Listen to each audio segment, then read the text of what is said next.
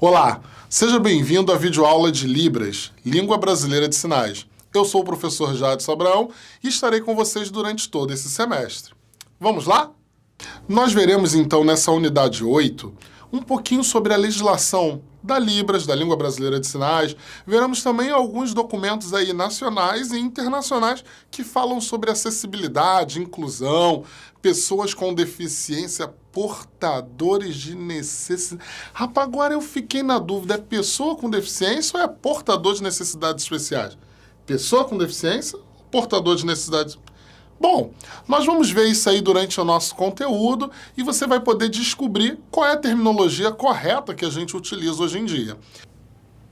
Bom, nós veremos então na nossa disciplina, falando aí sobre a parte da legislação de um modo geral, até um pouquinho a parte histórica da nossa legislação brasileira, desde a Constituição Federal de 1988 até chegando nos dias de hoje, né, 2014, quando a gente teve ali uma política nacional de educação inclusiva e por aí vai. A gente vai passear um pouquinho por essas legislações, tá ok? Vamos começar falando um pouquinho sobre a Constituição de 1988. Nessa Constituição, já previa ali em alguns artigos o direito a acesso dos portadores de necessidades especiais, os portadores de deficiência, como eram chamados naquele período por essa legislação. É claro que mais à frente, anos à frente, por exemplo, em 94, nós tivemos ali a primeira política nacional de inclusão para pessoas portadoras de necessidades especiais. E o Brasil começa ali a escrever documentos, né, nacionais, apoiados em declarações internacionais de vários lugares, Declaração de Salamanca e por aí vai. Apoiados nesses documentos, ele vai tecendo a sua legislação para atender essas pessoas com qualquer tipo de deficiência ou necessidade especializada ou necessidade específica. É muito importante também a gente falar que em 99, na Convenção da Guatemala, é quando começa ali um movimento muito forte de direito, onde é reconhecido, as pessoas com deficiência são reconhecidas como pessoas de direito, onde eles têm o mesmo direito que uma pessoa que não tem deficiência nenhuma. Isso tudo a gente vai ver no nosso material escrito bem explícito, né? E bem claro, uma forma bem lúdica e bem clara para a gente poder entender como isso aconteceu. Vamos ver também um pouquinho mais sobre a legislação brasileira, como isso vai acontecer e como isso vai desencadear. Acompanhe a gente aqui, vamos lá. É também notório, depois dali de 99, dessa Convenção da Guatemala, que em 2000 a gente tem um documento muito importante no Brasil que ele vai ser chamado de Lei de Acessibilidade. Mas a gente vai falar um pouquinho dele mais para frente. O que eu quero tocar aqui para vocês nesse momento é falar sobre a Convenção dos Direitos da Pessoa com Deficiência, que foi realizada nos anos de 2006 pela ONU, e onde foi um congresso muito importante, porque a partir desse congresso, as pessoas que ali estavam discutindo e conversando e debatendo sobre os direitos das pessoas com deficiência, dos portadores de necessidades especiais, qual é a terminologia correta, como a gente vai ser chamado, como a gente vai chamá-los. Nesse congresso, ficou decidido que a deficiência ela não pode definir a pessoa, ou não pode ser ela que vai definir a limitação. Professor, ficou meio confuso, não entendi muito bem o que o senhor quis dizer, não. Vamos lá. Na verdade, nesse ano, nessa convenção da ONU, entendeu-se que a limitação de uma pessoa com deficiência ou mobilidade reduzida não está no seu físico ou no seu corpo, está no ambiente. Por exemplo, se eu sou uma pessoa com nanismo e estou dentro de um ônibus tentando puxar a cigarra para fazer o sinal para o ônibus parar, o problema não é o meu tamanho, que eu não tenho acesso lá. O problema é que o ônibus não pensou que existem pessoas de estaturas menores ou uma criança. Não é só um anão. Uma criança, por exemplo, ela não tem acesso para puxar também. Então, o ideal é que o ônibus pense num outro mecanismo que você possa solicitar ao ônibus que ele pare. Ou se você vai acessar algum lugar que tem muitas escadas, né, por exemplo, e aí eu penso assim, não, a pessoa que usa cadeira de rodas... Mas imagina uma pessoa idosa, nos seus 95 anos de idade, que não tem nenhuma deficiência. Para ela também é um pouco complicado ficar acessando lugares com muitas escadas. Então tem que pensar no acesso de qualquer pessoa. Antes da deficiência, ou da limitação, ou da mobilidade reduzida de qualquer um, sempre vem a pessoa. Então, esse documento ficou acordado que não chamaríamos mais de portadores de deficiência, pessoas com necessidades especiais. Não, seria pessoa com deficiência, porque é a pessoa que vem em primeiro lugar. E essa pessoa pode ter ou não uma deficiência. Porque o termo portar traz sempre a ideia de você levar algo. Ah, eu sou portador de deficiência, então eu estou portando minha deficiência. Hoje eu não quero portar a minha, por exemplo, surdez. Então eu vou pegar a minha surdez e vou deixar em casa e vou sair sem a surdez. Não tenho essa possibilidade. Ah, hoje eu sou portador de deficiência visual. Eu sou cego, eu não enxergo. Então hoje eu quero enxergar o mundo todo. Então eu vou pegar essa minha deficiência, que eu porto, e vou deixar lá em casa. Não é assim. Eu consigo portar um lápis, portar uma caneta, uma tesoura, uma mochila, uma bolsa. Isso eu posso portar ou não portar. A deficiência, ela está na pessoa. É uma pessoa com deficiência. É uma pessoa com cabelos. É uma pessoa com olhos claros, né? Então, isso é uma característica humana da pessoa. Então, por isso que a gente chama sempre de pessoa com deficiência. E nunca portador de necessidades especiais, mas sempre pessoa com deficiência. A Lei 10.098, de 2000, é assinada e sancionada no Brasil pelo ex-presidente Fernando Henrique Cardoso, que garantia ali o direito de qualquer pessoa com deficiência ou mobilidade reduzida ter acesso aos lugares ou até mesmo a documentos ou informações, porque ela garante não é só acessibilidade arquitetônica, como muitas pessoas pensam, que um cadeirante precisa de uma rampa ou de um elevador. Ah, a pessoa cega precisa de um piso tátil ou de um material em braille. Mas ela também garante o direito à comunicação e ser comunicado. No caso das pessoas surdas, elas têm o direito não só de ter uma legenda num filme ou num comercial, mas elas têm o direito de ter um intérprete de Libras traduzindo o que está passando ali naquele momento, ou até mesmo num evento, numa palestra, numa sala de aula. Então isso tudo foi garantido, a princípio, por essa lei 10.098, que é muito importante para todos os outros processos que vêm depois dela.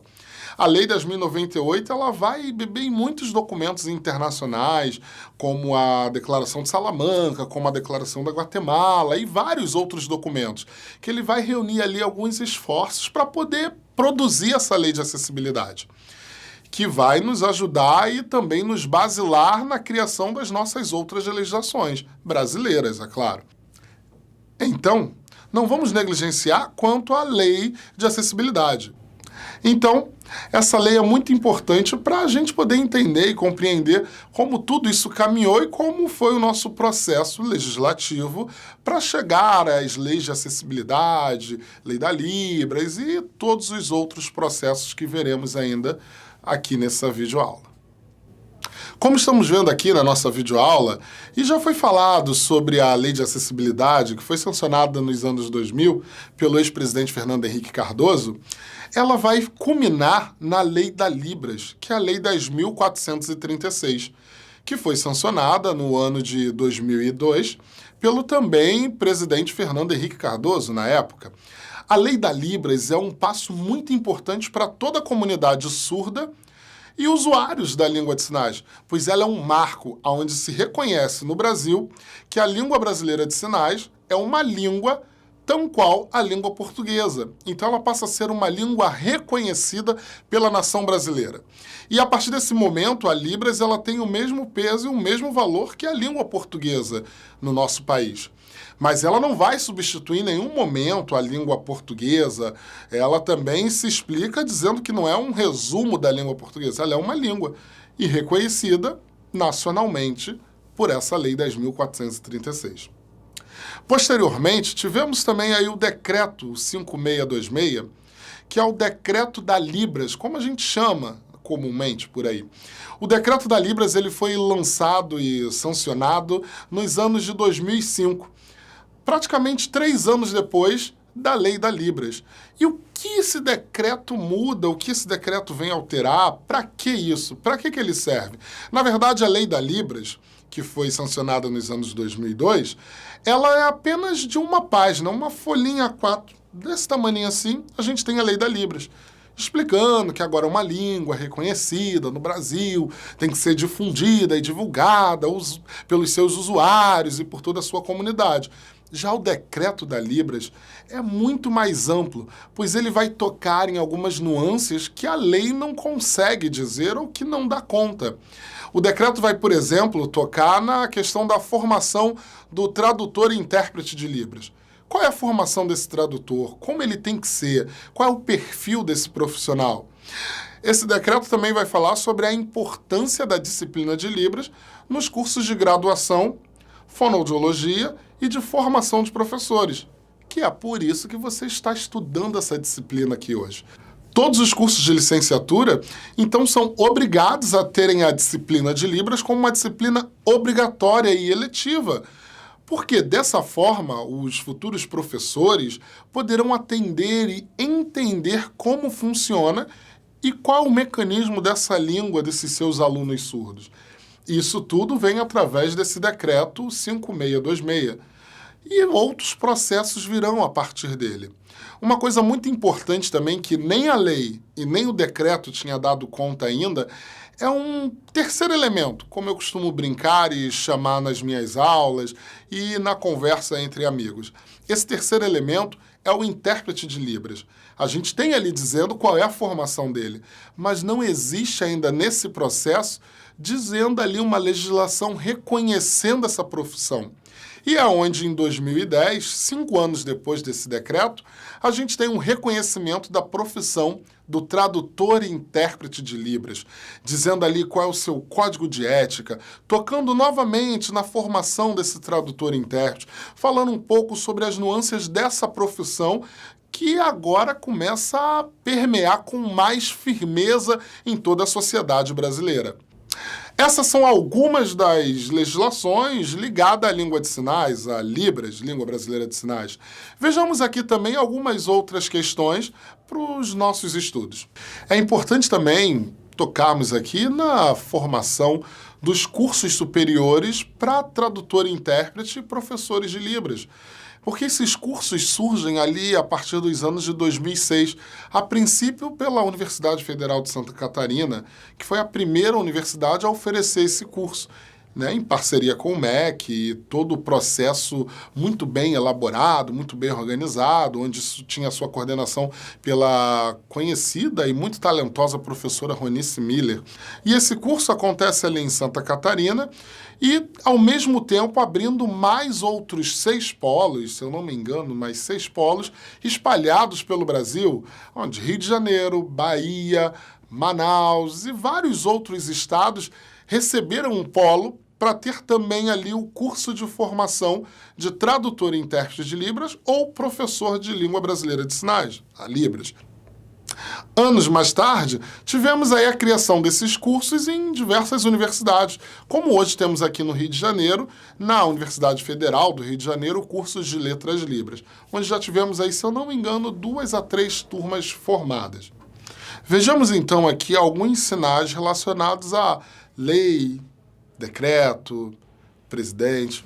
Vamos a eles, vamos aprender esses sinais? Vamos lá.